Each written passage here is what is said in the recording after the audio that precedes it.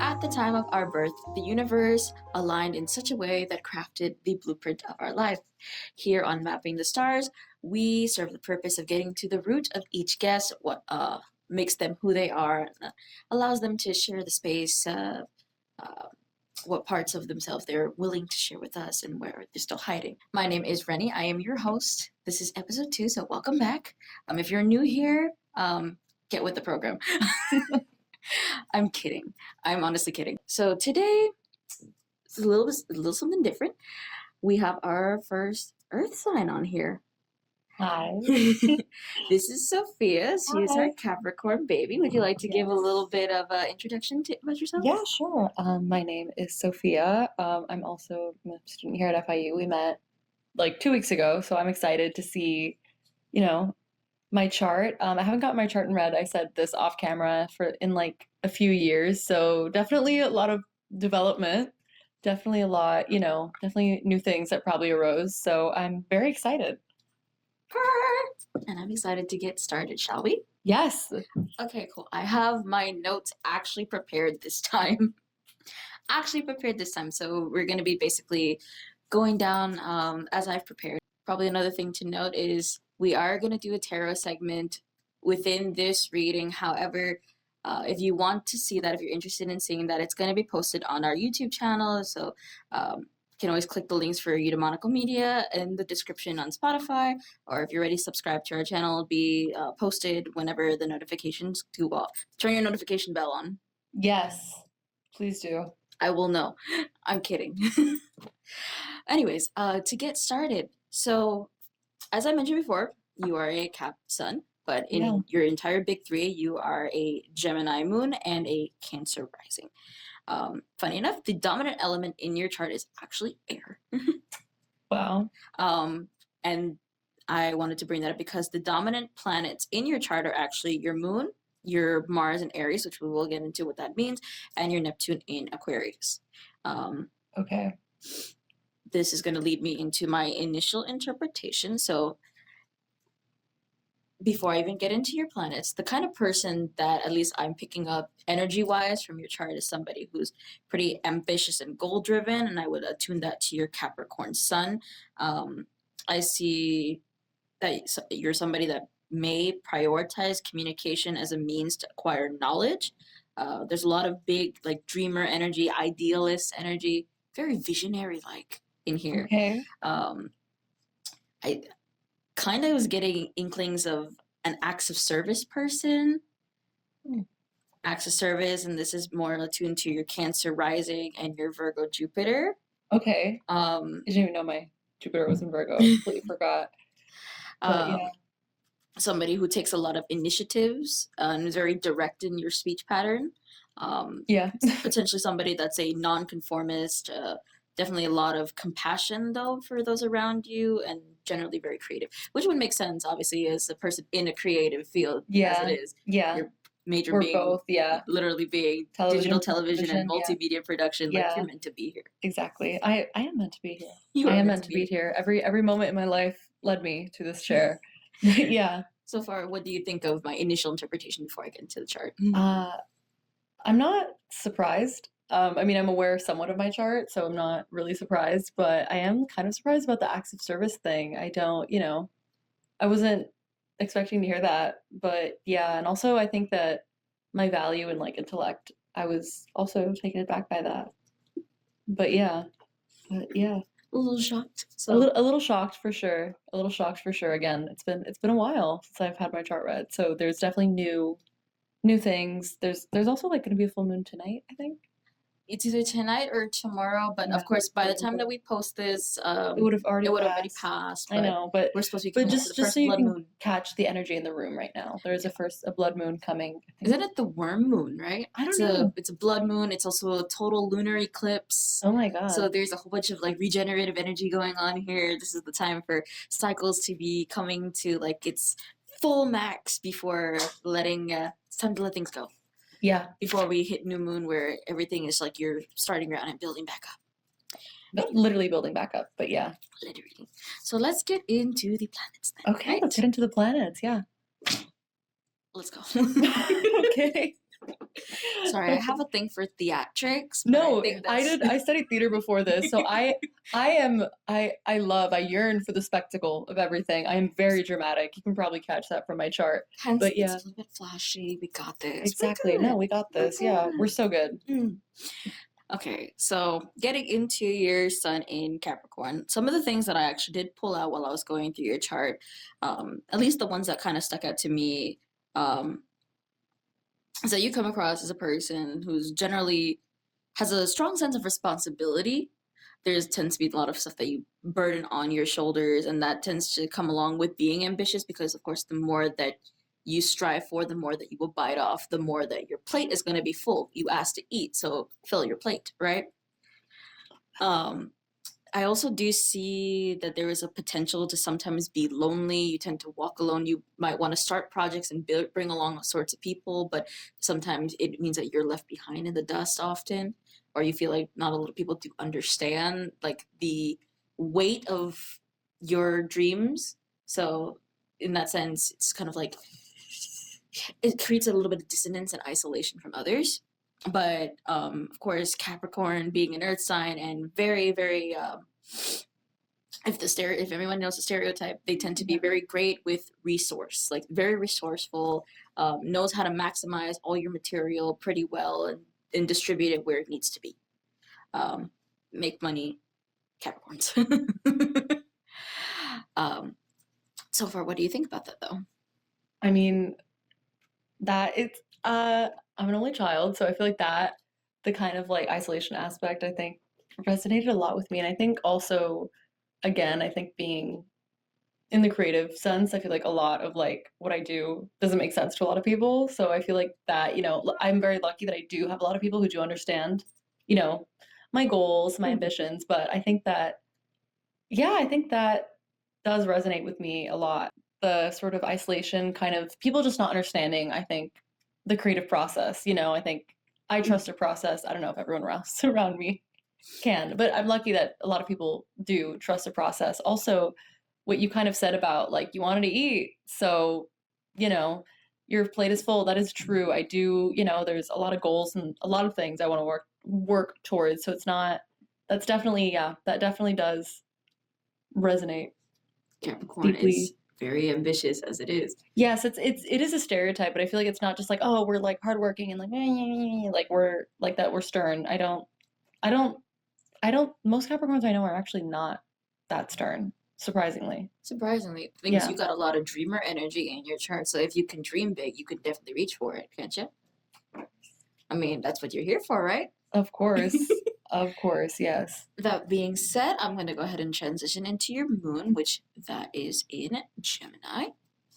So your Gemini moon, what I had pulled out of here, Gemini moons tend to be super duper social, very charismatic people. You tend to charm everyone that you do come across with. Maybe not every single person. I don't want to say that as an over like generalization, but to me, 'cause the moon represents your emotions, your instinct. You're running off your instincts, and I would also tie this into your Cancer rising, where you're heavily attuned to people's emotions and the environment around you. So it means that when you do communicate with others, you have to adapt accordingly. It's almost like you can read people, but they can't really read you. Though this position of the moon emphasizes your curiosity, social intelligence, again, being able to communicate in several different circles. Kind of, it's not a ghost, but it's the other word that I'm looking for. A chameleon. Okay. A chameleon being able to Slither. No, it's a fit snake. yourself in and Okay. camouflage, blending very well Okay. into different social groups, but not necessarily meaning that you're going to stick around with just one. Yeah. Yeah. Um, problem solving energy here. Like if you see something, you're like, okay, I'm going to stay here and I'm going to fix it. It's not good. I'm not going anywhere until it gets done. Um, Yeah. but for the most part, I don't really see anything major about that, except the other thing I do want to point out in your chart, there's a finger in every pie. AKA it's a jack of all trades. You tend to pick up skills pretty quickly and you try your hand at almost everything that you can. So there's some experience, not a lot of experience, but a lot of it comes from the curiosity of wanting to learn certain things. So Yeah. um, I see a lot of restless energy as well. So you cannot sit still either. I will attune that to your Mars and Aries as well, but like it's emphasized because Mars is your drive, Yeah. but Moon is your internal. This is everything Yeah. deep within. You're literally like, I need to Yeah. work on a project. If I'm not working on a project, I If need to I'm be going not out. doing something, it's like, yeah, the fact that I'm staying still and sitting here is like, I've probably moved this a million times. I've been playing with my lip gloss. Like, I cannot sit still. Sit still. Oh my God.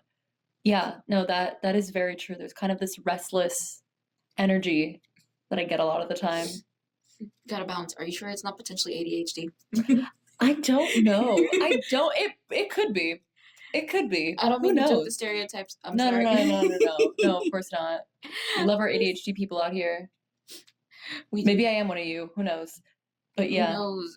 It's much more common than we think it is. it is. Also, a lot of things are like super on podcast aside misdiagnosed in women. So yeah, Isn't it in general like in even like medical studies, women weren't really incorporated in medical studies until like the 90s. So there's still so much that they don't know about women. us as a Wow, whole, which is crazy. But we are a mystery.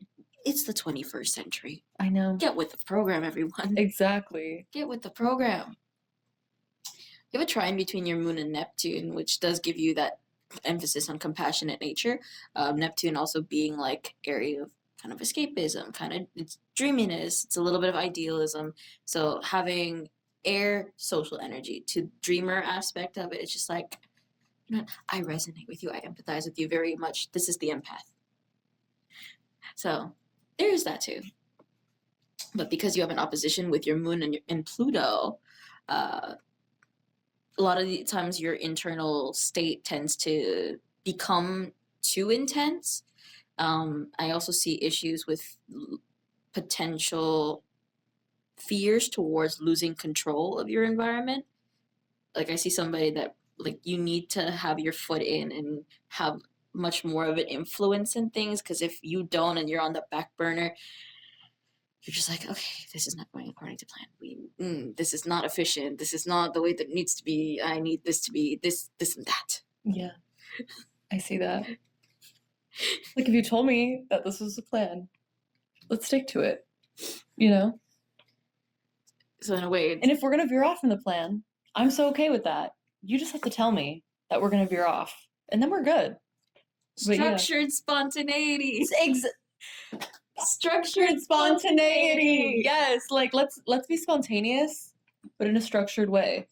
I do something similar too with my best friend because we're just like, okay, at least when I'm going out with her, I always tell my mom, I'm just like, okay, I'm gonna be gone from this time to this time, so that way at least I know I need to be back for doing this and this and that. Yeah. But whenever I'm with my friends and stuff like that, we're like, okay, if I'm here with you from this hour to this hour, anything that you want to do, I'm down. No, same. No, I do this thing though. It's like we're gonna be at this specific area, but like then like people will be like, where are you going? Like, what are you doing in this specific area? And I'm like, where the wind blows. Where the wind blows. Like I will have a certain plan, and then when that plan is done, I'm like, okay, I can be spontaneous now. I'll be like, okay, wind is blowing me this way, I'll go. We But got yeah, some time to spare. if we have time to spare, like if there is time to be spontaneous, I will be spontaneous. If there's not time, I get a little stressed. But yeah. So like, we could be doing something else right now. Something else right now, yes. Beautiful. But yeah. It's interesting though. I think a lot more logic is coming from this chart than I expected. But A lot more. You're more of the logical person. That's what I am seeing. In terms of like how you perceive other people, though, you have Moon trine Neptune, so this tends to be this makes you naturally perceptive to, of course, moods and feelings of people around you, again, and your surroundings. This also means that you have a more developed intuition than most people. The ability to kind of be like your sixth sense. Has your sixth sense ever really led you wrong? Honestly, yeah. It It has. has, yeah. I think maybe not so much my sixth sense, but like I will look at a project or I'll look at like, something that I want. I'm like, I'm gonna have it. And then when I don't have it, it's like, and it's not even like material or anything like that. It's like, I'm gonna get this, whether it being, a job, an assignment, whatever, a grade, whatever. It's like, I'm gonna have this. And then it's like, and if I can't, it's like, I'm like, okay, this is the end of the world because like, I don't know if my intuition fails me wrong, but sometimes it's hard for you to listen to your intuition if you don't want to listen to it. I do believe in that. That's so fair, and it's really funny that you do say that because I actually there is an aspect in your chart that I'm gonna be getting to in Mars, but Okay. for now I'm gonna move on to Mercury, Okay. which yours is in Sagittarius. And Yes. if anyone who has caught the first episode knows, we had our previous guest, my best friend, she had hers in Sag. For anyone that doesn't know, though, Mercury does not feel comfortable in the sign of Sagittarius at all. Being that Mercury wants to see the bigger picture and Sagittarius is super focused on the itty bitty details, you tend to lose out on the goal that you're initially working towards. Mm-hmm. Um, However, again, being said, with this position, you tend to be more in tune to like the philosophical side of things. You have your very strong opinions on the way that things should be. Um, there's a focus in here that I'm seeing though, that's kind of big towards, if you have an issue with somebody particularly, let's talk this out. That doesn't necessarily mean that you're going to follow through on the advice that people give you, especially if you feel like the advice is rather restrictive and goes against your moral code in a way. Yeah. Yeah. But I see, because of this, also super big emphasis on, because this goes into the rest of your chart. Um, you want people to also love you for the way that your mind works, which is definitely why I'm going to transition into Venus here. Let's do that. Let's do that because that is so true. Like the hottest compliments people have given me that I'm like, oh, is like it's not like, oh, you're so beautiful, whatever. It's like someone has said something about my personality or my taste in something. I'm like, you Girl, your noticed? brain, sexy. Ooh, mommy, your brain is Yes, no, like sexy. exactly like that. Oh my God. Like it's and also just like as a woman, there's just this beauty to be seen, not just, for the aesthetic, but like, for the mind. It's a very beautiful thing. But speaking of beauty and the aesthetic, let's go into Venus. Let's go Venus, into Venus, your which Venus I know is my in Venus is in Aquarius. Aquarius, yeah. Yes, ma'am, it is. Yeah. Venus representing the planet of love, harmony, and pleasure. Um, with this position, knowing how Aquarius tends to be, this makes you somebody who's very experimental, very open minded, not just in the way that you present your art, but in the way that you also adapt to people. Kind of like, you like unique people. You want people that stand out because there's something to learn from. There's a perspective that you can gain from there. Um, and you're not, this thing was with Aquarius as well. They're not super huge fans of emotional confrontation. So, say for instance, if you're dealing in a situation where you're kind of weighing out the pros and cons of how this is going to affect somebody else, and you know that this is not a fight that you can win with logic, it kind of makes you want to turn the other way and avoid the conversation altogether. It's a little heavy, and No. no, No. No. not at all. Yeah. Have you had an experience like that before, where you've kind of like, Definitely. Yeah. I think I've had to have very serious conversations, especially in the relationships, regarding love and all that fun stuff. And I'm like, okay, I really don't want to talk about this. I don't want to talk about it. It's too real. Like, let's not. You know what? Let's not. Let's agree to disagree. You know? But you saying like I kind of like unique people and all that fun stuff is I think it's really interesting because I always tell people this, like usually like when I meet someone, I'm infatuated with them like 15 minutes in. It's not like it doesn't take me it takes me a while. It doesn't take me a while for me to be like, okay, I don't know if I like this person or not. Like I'm usually like, okay, like they got something that I like. But yeah, they gotta pick at your brain a little bit they do. first? They have to pick up my brain. They have to know how it works. It's like, yeah, but you have to like, and I think that's why I think I always make this joke about dating. I know it's like not, but I'm like, guys, like my Venus is an Aquarius, like you can't blame me. You can't blame me, but like, I think I have to, it's hard because, I have to, I like to be, kind of Impressed. fascinated by people. And I Impressed. am, and I am, and I do. I find people unique and I love to talk to people. So, yeah. Hmm.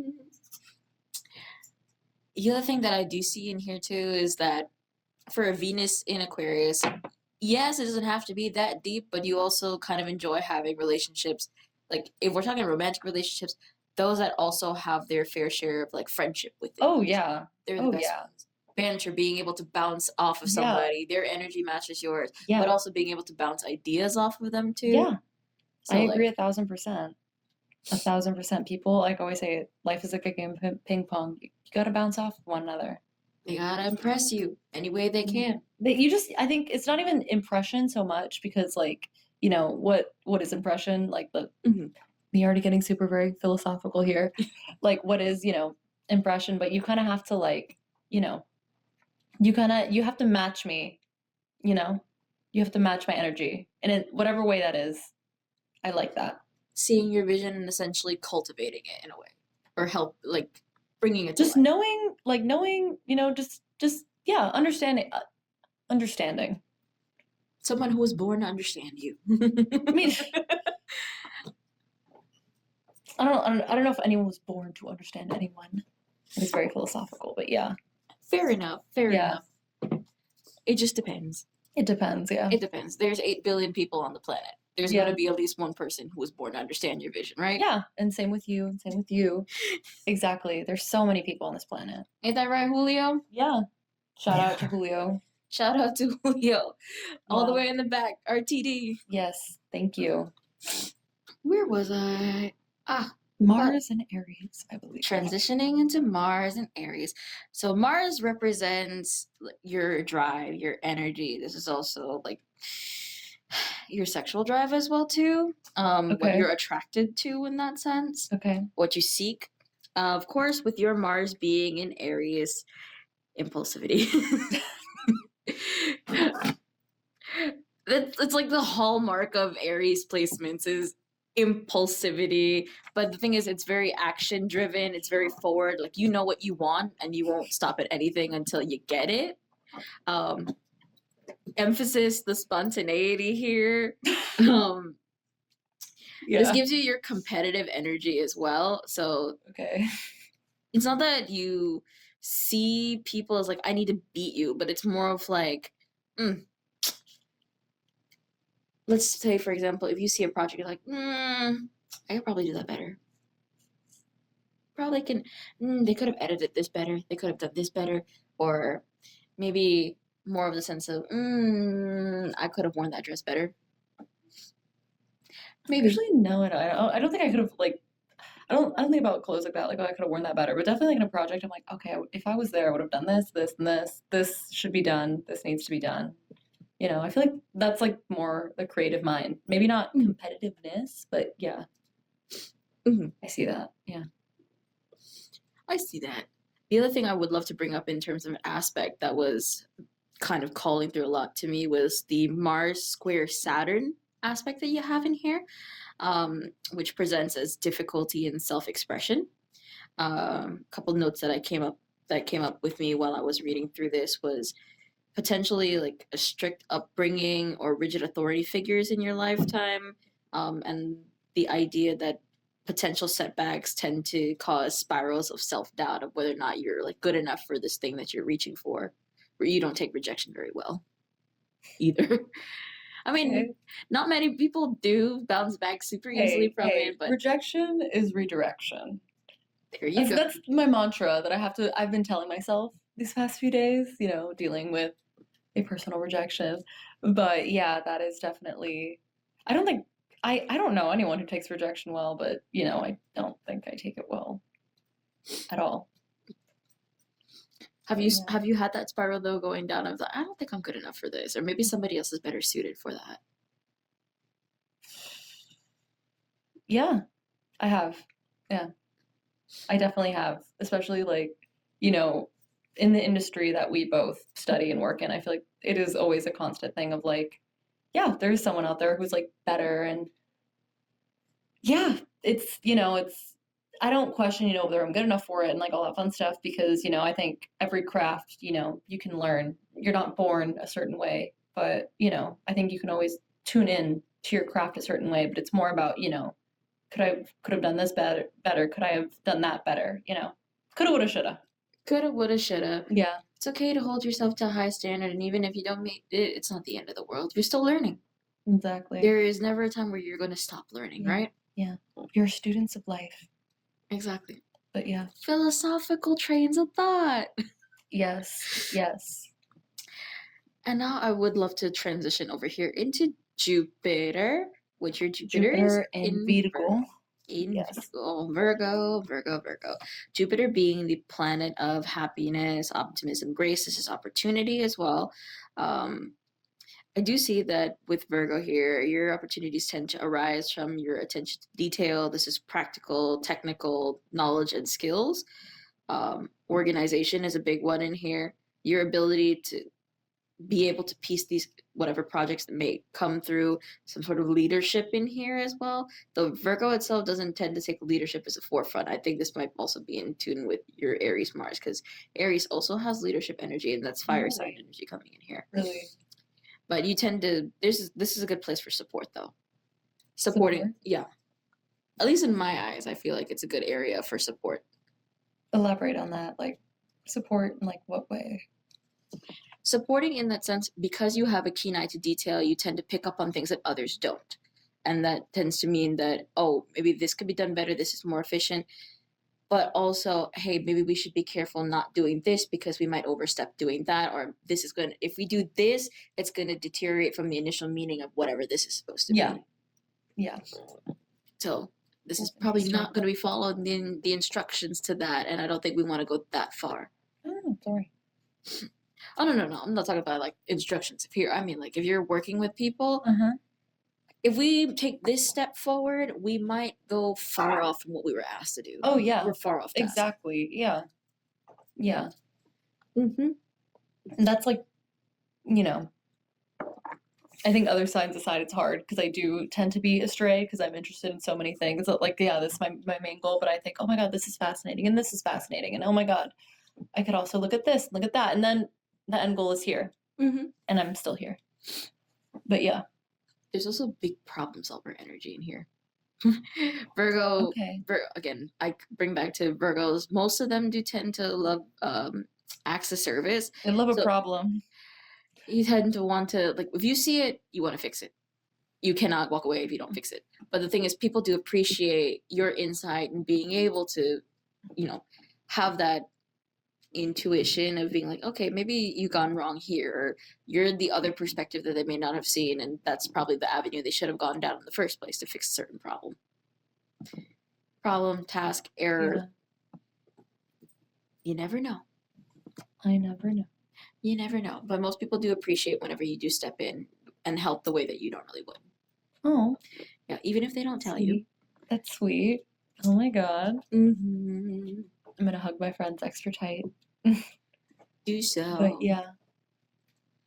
The other thing is, though, your square between Jupiter and Pluto also tends to sometimes mean that you're not always satisfied with the achievements that you accomplish unless there's something that you feel is worth celebrating.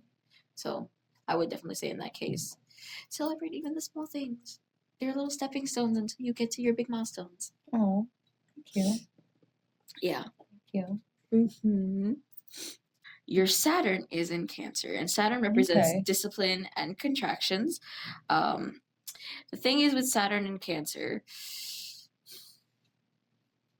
Let it out. Let it out. Let it out. you tend to feel responsible for taking care of your friends and your loved ones, including their emotional states. Well, duh. Well, Yes. duh. But also, Duh. at this point in time, Yeah. you're also pretty hesitant to fully express the weight of your emotions, so therefore sometimes it means you resort to suppression. That's a foreign concept. I've never heard of such things. But I mean, you know, podcast aside, personal side note, I do think that like, we are humans, we are a collective, blah, blah. I do feel a sense of responsibility of, making sure that my friends and my family feel loved and, y- we cannot survive without each other. So I definitely do feel that responsibility of, and especially like if I made someone feel bad, oh, that would kill me. And it does. But yeah. Sometimes this also means that if you're like, this can also mean that in a way, how do I want to phrase this? Hmm. Your relationships may not always be super reciprocal, and that could sometimes lead you to feeling like you're not fully valued the way that you should be, or maybe a little bit unloved by the people that you hope would like love you in the way you do to them. Um, but I do see a bit of patience with the same relationships in general, but that also tends to mean that you're rather guarded when you do meet new people or you've been hurt by somebody before. You're just like, I don't know if I'm ready to let you fully back in. In that sense, it's your own discipline of how you connect with others. Yeah. No comment. No comment there. Save But that one for therapy, right? honestly, like thank God for therapy, man. Shout out to all the therapists out there. We love the work that you do. We love the work that you do. It's so important. It's so important. Yeah. The irony that I say But yeah. is both my best friend and my sister and another one of my friends are also in psych programs. So like shout out to the future therapists. Shout out to all the future therapists. I hope you help so many people because so many people need to be helped. Believe me, they do. I know. Yeah. Yeah. Besides, No. and even then, like just because most times therapy is also posed as something that people who absolutely need help for, Yeah. that doesn't necessarily mean that it's strictly for that purpose. Yeah, You can just exactly. go to therapy if you wanted to like understand something better or get a different insight over Yeah. how you should handle I certain feel like situations. I think it's important for people to sometimes look at their life from a third party because like this person is not they're not your friend, they're not your like, they're not your significant other, they're none of those people. So it's like they have this completely outside view of your life. So they're going to give it to you straight. And sometimes, people in your, collective will not do that. Little Yeah. white lies and sugarcoating is not always the most fun, but also like because I see both sides of that spectrum where the sugarcoating, It's not even so much the sugarcoating. They're obviously going to have a bias, like mm, yeah, like let's say you're seeing someone and like they're not good for you, but they make you really happy. Your friends are probably gonna be like, oh my God, like good for you. But like maybe, therapists would be like, hey, let's think about that one, let's think about those actions real quick. Let's What think what about those actions. Yeah. is it reciprocal? Like, Is it reciprocal? Yeah. do you feel like you're really fully valued in what you do all the time? I mean, I see too, like, because again, I bring back that whole idea of like personal improvement. Sometimes, if you want to be able to better help others and be like support for others, you might want to start with supporting and helping yourself first. So, I agree. Yeah. we're I not agree. sponsored by BetterHelp, but that'd be really Actually, nice. I have opinions on BetterHelp, but Oh, they tea. like scammed me $200. But Oh, that's girl, fine. That's fine. That's fine. But going better back, help you get it back. I better hope I get that money back. But no, going back to I think the personal improvement psyche that and with astrology, it's like you are the energy you give out in the world. That's logic. That is science. So I think it it does really start with yourself, and it does have to start with Ma. I mean, if you also believe in the laws of karma, you do good, it comes back to you, right? Yeah, Put out good energy comes back to you tenfold. yeah. You need high vibrations all the time. All right. So now I'm going to go ahead and transition into Uranus. Yours happens to be in Pisces. So, of course, getting down to the nitty gritty part of that, Uranus, Neptune, and Pluto are all generational planets. You are later in Gen Z. Yes, So yours has transitioned from where it used to be, where most of us, at least in my olden generation, I'm not that old, I'm sorry. My olden generation, we all had ours in Aquarius, but that's okay because now I'm getting a chance to see this from a different perspective myself. Um, Being that Uranus tends to represent individual liberty, egoistic liberty, originalities, and freedoms, having it in Pisces, I put this emphasis on dreamer energy.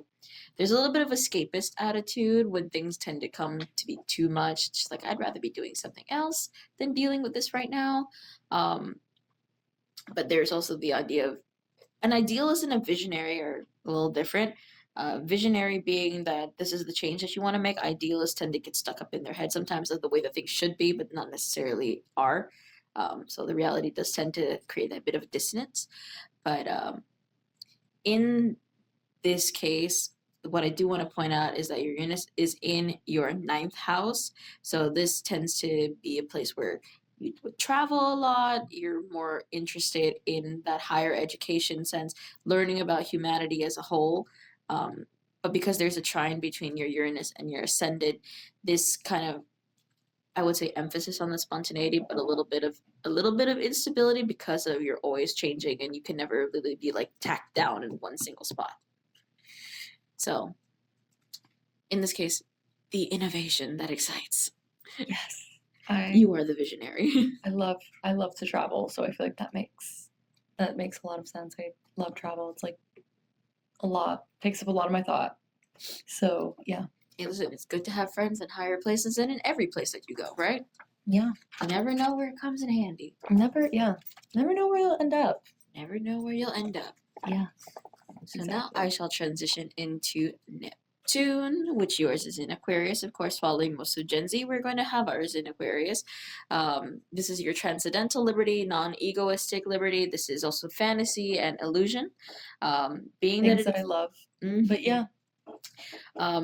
This is like most of Gen Z has this placement, so it tends to be, of course, associated with us more. But this is leading towards humanitarianism, visionary thinking. This is the strive and drive for a better world. You want to create the changes wherever you can, because of course it's really strong moral code. This is the ideal world that we should be living in. Like I would love to point and reference social media influencers in this case that tend to focus a lot on politics and humanitarian aid and consistently pushing stuff like that. To me, this comes off as, at least if I'm going to tie it back into your degree and then into the industry that we are in, it's more of trying to shed light on situations where people need this sort of help. You want to be able to shed light on areas that need change. 1,000%. 1,000%. 1,000%. It's like kind of why I got into this field. But yeah.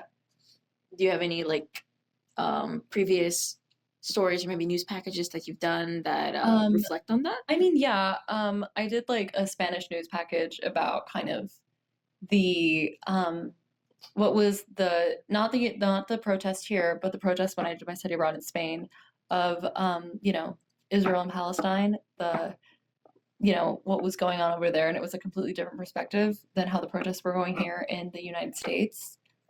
But yeah, I love documentary filmmaking, and I love looking at all of activism and politics are just so important to me. So yeah, it's definitely a huge reason as to why I, in some attempts to, Bring change in your own way, right? yes, bring change in my own ways. Like Bring awareness. bring change in my own way. Yeah, bring awareness. Took the words right out of my mouth. I mean, we're all trying to make a place in this world We're and all make it a trying, better place. and media, a lot of controversy aside, does have an effect on us. It does control us, unfortunately. But yeah, it has that power. Mm-hmm. Being able to influence, that's the idea. Yes. At least if we want to do anything, it's bring truth to the world, right? Bring truth, yeah. Which that also leads me into Pluto as well, the planet of death and rebirth. Planet? Pluto is still a planet. Yes, it is still a planet. Forever in my heart and forever in these charts. So oh, I love that. That rhymes. I love that. Forever in my heart and forever in the charts. Like, I'm gonna start saying that when people dismiss that Pluto is a planet. Because I grew up learning that it was a planet. I don't know about you guys. I Same don't know about here. you little youngings, but yeah. Not the youngins. But yeah. We are getting that old where youngins is becoming popular again. No, I'm just using it. I'm just using it. The irony of it all. Yeah, the youth, you know. But yes, Pluto, the planet of transformations, mutations, eliminations, and rebirth. This is the emphasis on strong moral code. I'd love to tie this right back into Neptune because this is the idea of striving for a better world. We are in a position where, with Pluto in Sagittarius especially, there's a lot of power struggle here as well. When with the old generation versus the new, this is power struggles between the way that things should be done, the ideal way that you would want it to be. um, Hard emphasis on the truth seekers. You want change, you're going to go through several cycles of change. But if I'm going to tie this back into you personally, Pluto rests in your sixth house, which also tends to lead that you have a lot of transformation cycles going through either both your health or your work. So this could mean maybe several health issues over the course of years, or I'm transforming and realigning. You know that song? Aquamarine by Addison. I like quote it all the time. I'm like, I'm transforming and realigning, guys. Like, there's a lot of transformation all the time. But yeah, changing jobs more often. yeah, changing career path. I mean, I'm still in college. I haven't like changed my major only once, which like for a college student is like wow, But I've changed my major only once, and I think and I still question it, you know. But especially in careers like what I want to do in terms of like film or media, audio, all that fun stuff. There's definitely a lot of transformative ideas and times. A lot of cycles, and sometimes it means that you'll get bored of something and you'll take up something else in the meantime, just to keep that creative spark going wherever you find it. Yeah, Chasing that exactly, exactly, exactly, Mhm. exactly.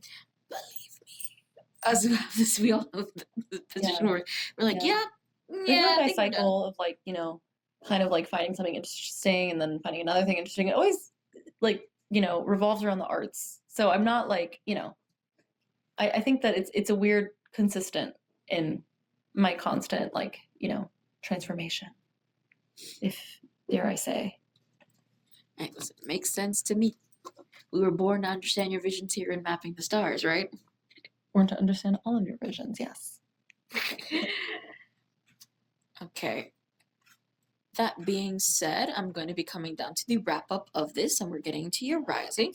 So your Exciting. ascendant is in Cancer, and of course, with the houses, at least house one, because that's where we're going to be at. This is an area of self identity. This sometimes presents itself as a mask that people tend to see up front first before they actually get to know the person that you are.